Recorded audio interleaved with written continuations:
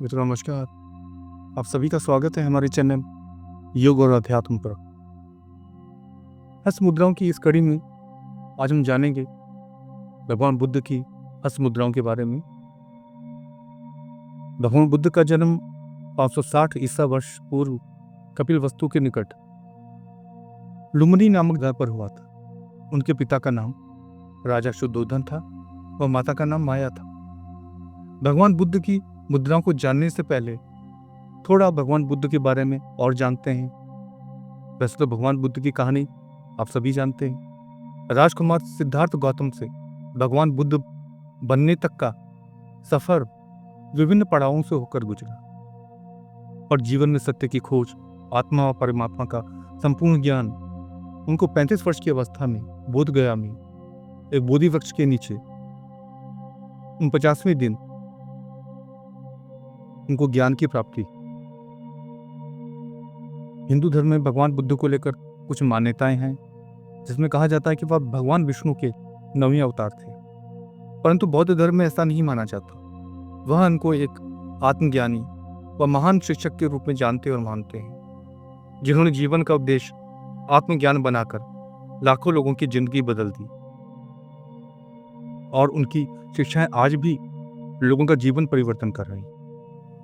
डाकू अंगुलीमाल की कहानी आप सभी को पता है कि कैसे डाकू अंगुलीमाल, जिसके जीवन का उद्देश्य 1000 उंगलियों की माला बनाकर पहनना था, और भगवान बुद्ध से मिलने के बाद वह डाकू महात्मा बन गया। ऐसी थी भगवान बुद्ध की प्रेरक शिक्षा। इसीलिए भगवान बुद्ध की हस्त मुद्राओं को जानने से पहले उनका स्मरण करना जरूरी हो जाता है, जिससे हम उनकी एनर्जी से कनेक्ट होकर इन बुद्ध हस्त मुद्राओं के बारे में सीख पाएं, उसका लाभ ले पाएं। तो आइए जानते हैं हम भगवान बुद्ध की विभिन्न हस्त मुद्राओं के बारे में। इसी क्रम में जो हमने पहली हस्त मुद्रा ली है उसका नाम है बुद्ध ध्यान मुद्रा। इस मुद्रा का प्रयोग करने से पहले किसी भी सुविधाजनक आसन पर बैठें, कमर गर्दन रीढ़ बिल्कुल सीधी रखें, अपने हाथों को अपनी गोद पर रखें, दाएं हाथ को बाएं हाथ के ऊपर इस प्रकार रखें कि उंगलियों के ऊपर उंगलियां आ जाएं और अंगूठे आमने सामने हों। शाक्य मुनि व भैषज गुरु को अक्सर इसी मुद्रा पर बैठा हुआ देखा जा सकता है। यह हस्त मुद्रा ज्ञान व ध्यान की एकाग्रता को दर्शाता है। बुद्ध से पहले भी अन्य योगियों ने एकाग्रता व उपचार के लिए इस मुद्रा का प्रयोग किया था। यह बुद्ध हस्त मुद्रा नकारात्मक विचारों को, कर्मों को शुद्ध करती है और ध्यान की गहराई में ले जाने में बहुत सहायक। दूसरी मुद्रा है वितर्क मुद्रा। भगवान बुद्ध अपनी शिक्षाओं के प्रचार के दौरान अथवा परिचर्चाओं के दौरान इस मुद्रा का उपयोग करते थे। इस मुद्रा में अंगूठे के ऊपरी भाग और तर्जनी की उंगलियों को मिलाया जाता है, बाकी उंगलियों को बिल्कुल सीधा रखा जाता है। देखने में यह अभय मुद्रा की तरह प्रतीत होता है, परंतु मूल अंतर यह है कि इसमें अंगूठा तर्जनी उंगली को छूता है। तीसरी मुद्रा है वरद मुद्रा। वरद मुद्रा का प्रयोग करते समय दाएं हाथ को शरीर के साथ लटका कर रखा जाता है। खुले हाथ की हथेली को बाहर की ओर रखते हैं, उंगलियां सीधी व थोड़ी मुड़ी हुई रखते हैं। यह मुद्रा दान, दया, करुणा, ईमानदारी को दर्शाती है। इसमें बायां हाथ घुटने पर रखा जाता है। इस मुद्रा में फैली 5 उंगलियां नैतिकता, प्रयास, धर्म, ध्यान, एकाग्रता को दर्शाती है। चौथी मुद्रा है धर्मचक्र मुद्रा।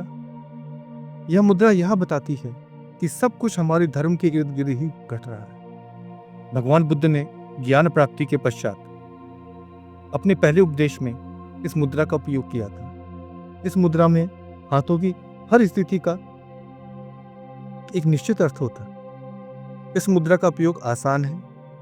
इस मुद्रा में दोनों हाथों का उपयोग किया जाता है। इस मुद्रा में दाहिनी तर्जनी उंगली दाहिने अंगूठे को छूती है और बाईं तर्जनी उंगली बाएं अंगूठे को स्पर्श करती है।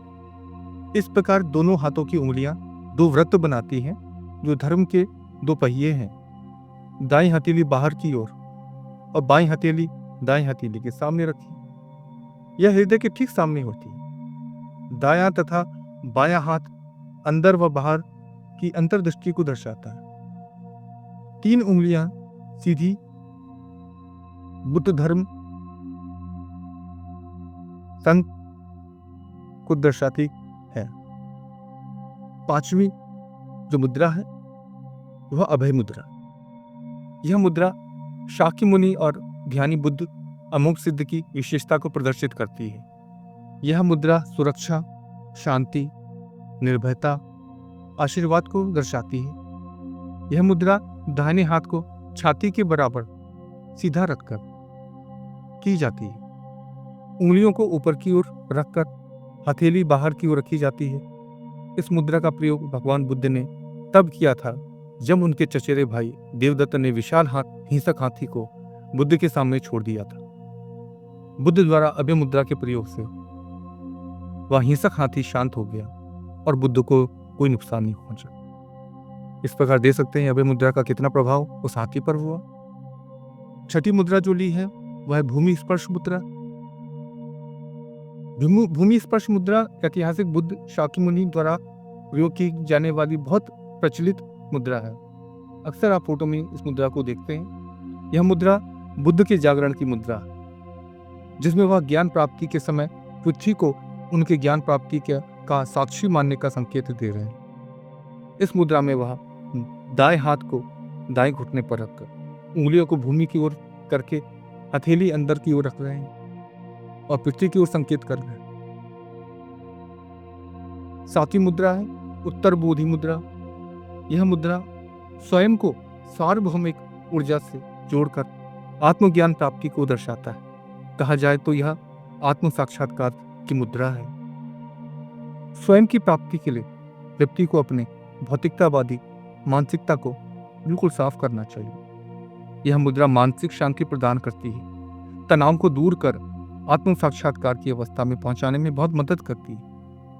इस मुद्रा को करने के लिए अपने दोनों हाथों को हृदय के पास ले जाएं, तर्जनी को छोड़कर शेष उंगलियां आपस में फंसा ले, तर्जनी को आपस में मिलाएं और अंगूठों को मिलाकर नीचे की ओर खींचें, जैसा कि आप चित्र भी देख पा रहे हैं। 8वीं मुद्रा है कर्ण मुद्रा। कर्ण मुद्रा आपके रास्ते में आने वाली नकारात्मक ऊर्जा को दूर करती है, हमारे जीवन में भय, बाधा, बुराई को समाप्त करती है, सारे नकारात्मक भावनाओं और विचारों को दूर करती है।